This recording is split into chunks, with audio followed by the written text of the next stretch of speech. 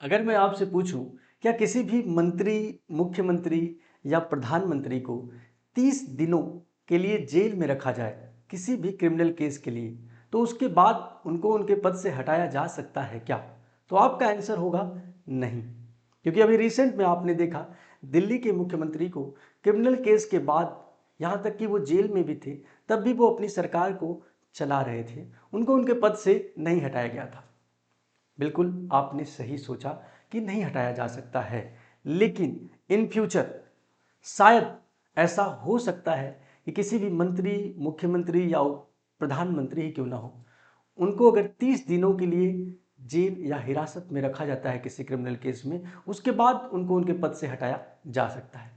जी बिल्कुल सही सुना आपने। आज हम इसी विषय पर चर्चा करने वाले हैं। हेलो एंड नमस्कार, मैं शुभम दुबे आप सभी का verbal maths by Shubham sir की क्लास में स्वागत करता हूं।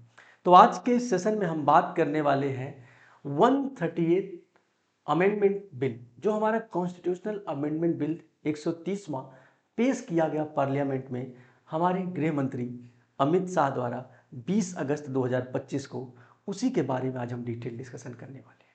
तो आइए एक एक करके डिस्कस करेंगे। सबसे पहले तो इस बिल का मेन उद्देश्य क्या है सर? उद्देश्य ये है कि अगर आप कोई सीएम है, कोई पीएम है, या फिर आप एक मिनिस्टर है, मंत्री है, तो आपको किसी भी क्रिमिनल केस में अगर लगातार कंजुगेटिव 30 दिनों के लिए, लगातार मतलब कि आप लगातार 30 दिनों के लिए अगर जेल में, बीच में कहीं पर रुक के बाहर आ गए तो नहीं, 30 दिनों के लिए लगातार है, तो आपको आपके पद से हटा दिया जाएगा। बिल्कुल सही सुना आपने। लेकिन सर क्या विधायक और सांसद को भी हटा दिया जाएगा? नहीं, उनके लिए ये प्रावधान नहीं है। केवल जिनके पास कोई पोस्ट हो, मिनिस्टर हो, मुख्यमंत्री हो और प्राइम मिनिस्टर, उनके लिए। अच्छा अच्छा सर, क्या किसी भी क्रिमिनल केस में हटा दिया जा सकता है? नहीं। क्रिमिनल केस कैसा होना चाहिए सर? क्रिमिनल केस ऐसा होना चाहिए जो थोड़ा सीरियस हो, जिसमें कम से कम 5 साल तक की सजा हो सके सर, 5 साल या 5 साल से ज़्यादा की सजा हो सके उसमें। तो क्या सर सजा का जब तक दोषी ठहराया नहीं जाएगा उसके पहले भी आप उनको हटा सकते हो? बिल्कुल, आप दोषी हैं, कन्विक्टेड हैं या नहीं, ये मैटर ही नहीं करता। आप ऑफेंस में अगर जेल में चले भी गए तो भी आपको हटा दिया जाएगा। ये बात हुई। और तीसरा सर, ये किस किस आर्टिकलों में चेंज करने की मांग की गई या किस किस आर्टिकल में चेंज किया जा रहा है? 75, 164 और 239 ए। अब बात करते हैं सर, क्या पहले भी ऐसा कोई रूल था क्या? पहले भी ऐसा कोई रूल था? तो बच्चे पहले भी ऐसा एक रूल था, RPA act 1951, representation of people act. RPA act 1951 ये कहता है कि अगर कोई भी मंत्री हो, प्रधानमंत्री हो, या फिर कोई भी, है ना, जो हमारा पार्लियामेंट और हमारे राज्य सरकार का पार्ट हो, उसको, या केंद्र सरकार का पार्ट हो, उसको भी अगर 2 साल से ज्यादा का सजा होता है, 2 साल से ज्यादा का सजा होता है, सजा होने का मतलब तुम दोषी हो गए, केस चल रहा है तब तक नहीं सर, आप ट्रायल पे हो तब नहीं, आप कहीं जेल में बंद हो लेकिन आपको अभी दोष सिद्ध नहीं किया गया है, कन्विक्टेड नहीं हो आप, तब तक आपको आपके पद से नहीं हटाया जाता था। लेकिन 2 साल से ज्यादा या 2 साल का सजा होता था तब हटाया जाता था। लेकिन अब क्या कहा गया कि 30 दिन से ज्यादा अगर तुम जेल में रहते भी हो तब भी हम तुमको हटा देंगे, ये मांग की गई है। यही अमेंडमेंट बिल प्रस्तुत किया गया कहाँ? पार्लियामेंट में। अच्छा, इस बिल के साथ साथ 3 बिल पेश किए गए, मतलब इस बिल को 3 बिल के साथ अटैच करके पेश किया गया। कौन कौन से 3 बिल थे भाई? बात करते हैं उन पे। वो 3 बिल ये थे बच्चे कि पहला बिल हमारे पास था कि हम पहला बिल में तो ये बोला हमने कौन कौन से आर्टिकल में चेंज कर रहे हैं, जैसे केंद्र, राज्य और दिल्ली। पहला बिल ये था कि केंद्र में और राज्य में और दिल्ली की सरकार में। दिल्ली एक यूनियन टेरेटरी हमारा है, लेकिन यहाँ पर क्या होता है, सरकार चलती है सर, चुनाव होता है, सब कुछ होता है, तो ये यूनियन टेरेटरी, यहाँ पे प्रेसिडेंट रूल नहीं रहता है ना, यहाँ पे उपराज्यपाल, लेफ्टिनेंट गवर्नर नहीं काम करते हैं। तो इसीलिए यहाँ पर इन तीनों के लिए बोला गया कि इन तीनों में जो भी है 75 आर्टिकल, 164, 239 है, इनमें चेंज करने की बात की गई कि इनमें 30 दिनों से अधिक कोई भी मंत्री है और मुख्यमंत्री है उसको हटा दिया जाएगा।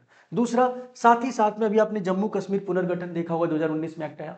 अब क्या है, जम्मू कश्मीर में भी मुख्यमंत्री बनते हैं, क्योंकि हाँ, तो यहाँ पर भी सेम रूल कि अगर कोई भी हमारे पास विधायक, जो मंत्री है, विधायक है, और विधायक नहीं, मंत्री है और मुख्यमंत्री है, उसको भी सेम 30 दिन के लिए रहेगा। तो अगर उसको जेल में रहा लगातार तो 31वें दिन वो अगर हटना नहीं भी चाहता है तो भी वो ऑटोमेटिक हट जाएगा। अच्छा, अब इसमें थोड़ा सा एक लाइन और भी ऐड किया गया कि अगर आप एक केंद्र सरकार के पार्ट हो, जैसे मैंने कहा कि अभी, और तीसरा क्या बोला गया पहले इसको बता लेते हैं। तीसरा, किसी भी केंद्र शासित प्रदेश, केंद्र शासित प्रदेश में भी प्रेसिडेंट रूल होता है, वहाँ पे क्या होता है लेफ्टिनेंट गवर्नर होते हैं, मुख्यमंत्री तो होता नहीं।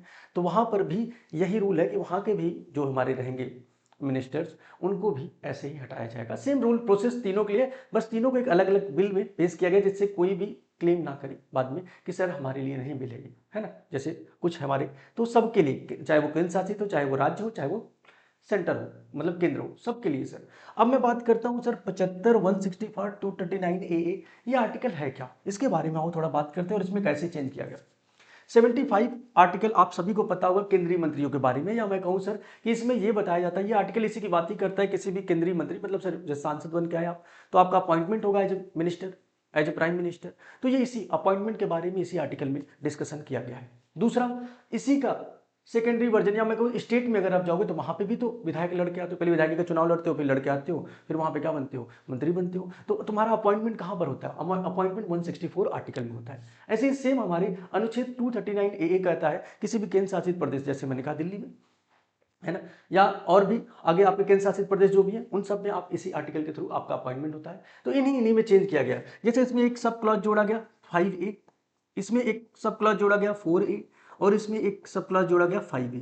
इन्हीं में हम अमेंडमेंट किए हैं, यही हमारा अमेंडमेंट हुआ है इन्हीं अमेंडमेंट के थ्रू। और इसी अमेंडमेंट का ये है कहना, अमेंडमेंट का क्या कहना है, 75 का 5A ये कहता है कोई भी प्रधानमंत्री या केंद्रीय मंत्री अगर है, वो 30 दिन से ज्यादा अगर जेल में रहा, 30 दिन तक जेल में रहा कंजिक्यूटिव, तो 31वें दिन वो ऑटोमेटिक ही 31वें दिन वो ऑटोमेटिक ही अपने पद से निष्कासित कर दिया जाएगा। अगर वो प्रधानमंत्री है तो डायरेक्ट हट जाएगा, उसको निष्कासित कर दिया जाएगा। अगर वो एक मंत्री है तो प्रधानमंत्री एडवाइस करेगा प्रेसिडेंट को कि आप इनको हटाइए, हटा देगा। मुख्यमंत्री सेम ऐसे ही राज्यपाल से कहेगा कि आप मंत्री को हटाइए, या अगर मुख्यमंत्री है तो डायरेक्ट हट जाएगा। और कोई ऐसा सोचे कि मुझे नहीं एडवाइस किया गया, मैं नहीं हटूंगा, तो एडवाइस नहीं भी किया जाएगा तब भी ऑटोमेटिक अब 30 दिनों के बाद अपने पद से हट जाओगे, है ना। तो यही रूल हमारा इस अमेंडमेंट बिल में आया है। आई होप कि आपको अमेंडमेंट बिल के बारे में पूरी चीजें क्लियर हो गई होंगी। अब हम कुछ फैक्ट्स की बात करेंगे कि अब जैसे ये सीरीज हमारा 10 मिनट का हमेशा अब ऐसे ही चलते रहेगा, जब तक यूपीएसआई का आपका एग्जाम नहीं हो जा रहा है तब तक हम लोग ऐसे यूपीएसआई 10 मिनट सीरीज के नाम से वीडियो लाते रहेंगे, जहाँ पे जो रिसेंट न्यूज है, रिसेंट कॉन्स्टिट्यूशनल अमेंडमेंट है, पहले कुछ केसेज हुए है ना, उन सब पे पहले जो चेंज हुए, कुछ ऐसे जो हमारे हमेशा हॉट टॉपिक्स होते हैं किसी भी एग्जाम्स के लिए, उन चीज़ों पर हम बात करने वाले हैं। तो हमेशा अब इस 10 मिनट की सीरीज में हम ऐसे ही बात कर रहे होंगे। अब मैं बात करता हूँ, अब हमने तो पढ़ लिया अमेंडमेंट बिल, अब कुछ फैक्ट्स के बारे में हम जानेंगे सर। कैसे कुछ फैक्ट्स क्या होते हैं सर, बिल क्या होता है ना, फैक्ट्स क्या होते हैं, बिल क्या होता है सर, कुछ इंपॉर्टेंट फैक्ट्स के बारे में। जैसे मैं कहूँ बिल क्या होता है सर, बिल, आपने बिल का नाम बहुत सुना, तो बच्चे बिल में सबसे पहले देखो, अगर मैंने बोल दिया कॉन्स्टिट्यूशनल अमेंडमेंट, किसी भी बिल में अगर कॉन्स्टिट्यूशन में, अगर किसी कॉन्स्टिट्यूशन में आप चेंज करना चाहते हो, मतलब संविधान में आप चेंज करना चाहते हो, संवैधानिक संशोधन करना चाहते हो, तो कॉन्स्टिट्यूशनल अमेंडमेंट बिल के नाम से आपको बिल पेश करना पड़ेगा। कहां पर, पार्लियामेंट में, अमेंडमेंट बिल। अब ये बिल कहां पे, कौन से आर्टिकल में है बच्चा, 368 में। तो ये याद रखना कि संवैधानिक संशोधन के लिए कौन से आर्टिकल में चेंज करने के लिए बोला गया, आर्टिकल नंबर 368 में। आर्टिकल ये बहुत ही इंपॉर्टेंट है, इसको याद रखिएगा। दूसरा, अब बिल की बात कर ही रहे हैं सर, तो बिल कहां पे पास होता है, बिल या तो आप ये संवैधानिक संशोधन का जो भी बिल होता है पार्लियामेंट में जाएगा, पार्लियामेंट से कहां जाएगा, राज्यसभा में जाएगा। पहले पार्लियामेंट पास करेगा, फिर राज्यसभा पास करेगा, फिर उसके बाद प्रेसिडेंट के पास जाएगा और प्रेसिडेंट उसको असेंट दे देगा, मतलब कि मंजूर कर देगा। तो वो एक क्या बन जाता है, बिल एक एक्ट बन जाता है। अभी तक बिल है, जब तक कोई चीज बिल रहता है, जब तक कोई चीज बिल रहता है तब तक उसको हम किसी पे इन्फोर्स, अगर आप एक बिल बनाते हो तो वो किसी पे इन्फोर्स नहीं किया जाता, मतलब सर वो एक लॉ नहीं बन गया कि आप किसी पे इन्फोर्स कर दो उसको, नहीं, किसी पे वो लागू नहीं होता है। वो बस एक बिल है, पर्पज है, उसको प्रपोज किया गया है कि ऐसा हो सकता है। अगर उसको राष्ट्रपति का असेंट मिल गया, मतलब उनकी अनुमति मिल गई, उनका साइन हो गया, तो वो अब एक एक्ट बन जाएगा, विधेयक बन जाएगा। अब वो क्या बन जाएगा, एक्ट बन जाएगा सर। और अब तुम्हें इसको फॉलो ही करना पड़ेगा, अब तुम्हें इसको फॉलो ही करना पड़ेगा। अब ये लीगली आप पर इन्फोर्सेबल हो गया, जब तक एक्ट नहीं बना तब तक आप पर इन्फोर्सेबल नहीं होगा। अच्छा, अब कुछ इंपॉर्टेंट बिल की बात भी हम करते हैं। जैसे बिल पास होता है राज्यसभा लोकसभा दोनों जगह, है ना, अब वहां से पास होगा फिर आप जाएगा वहां पर। तो ऐसे ही बच्चे ये बिल के भी कुछ आर्टिकल्स है, वो मैं यहाँ पर लिख रहा हूँ, आप इसको नोट करेंगे। जैसे मैंने कहा 368 किसके लिए था, अमेंडमेंट के लिए था। ऐसे ही जब भी मैं बोलूँ आपसे कि 107 अगर बिल मैं बोलूँ, 107 आर्टिकल किसके लिए बोलता है सर, 107 बोलता है सर आपके लिए जब आपको कोई ऑर्डिनरी बिल प्रस्तुत करना हो। ऑर्डिनरी बिल मतलब थोड़ा मोड़ा छोटा मोटा चेंज करना हो, तब ऑर्डिनरी बिल के लिए हम 107 आर्टिकल हमारा कहते हैं ऑर्डिनरी बिल हमको पास कर, मतलब कोई ऑर्डिनरी बिल हो, साधारण बिल हो, तो हम उसको 107 आर्टिकल में मेंशन है। और 109 में कौन सा है बच्चा? Money bill. 109 में कौन सा बिल है? मनी बिल है। अच्छा अच्छा, कभी किसी बिल पर असहमति बन जाए, जैसे क्या होगा, राज्य लोकसभा में भेजा गया और राज्यसभा में भेजा गया और दोनों में सहमति नहीं है, लोकसभा पास कर दी लेकिन राज्यसभा नहीं पास कर रहा है, दोनों में असहमति है, डेडलॉक कंडीशन आ गया सर कि नहीं पास होगा, तब सर क्या होगा? उस टाइम पे 108 आर्टिकल के थ्रू राष्ट्रपति क्या होता है? एक ज्वाइंट सेशन बुलाता है। क्या बुलाता है? ज्वाइंट सेशन बुलाता है, दोनों सेशन का, लोकसभा और राज्यसभा दोनों का, और फिर वहां से निष्कर्ष निकलता है कि बिल पास होगा या नहीं होगा, ज्वाइंट सेशन।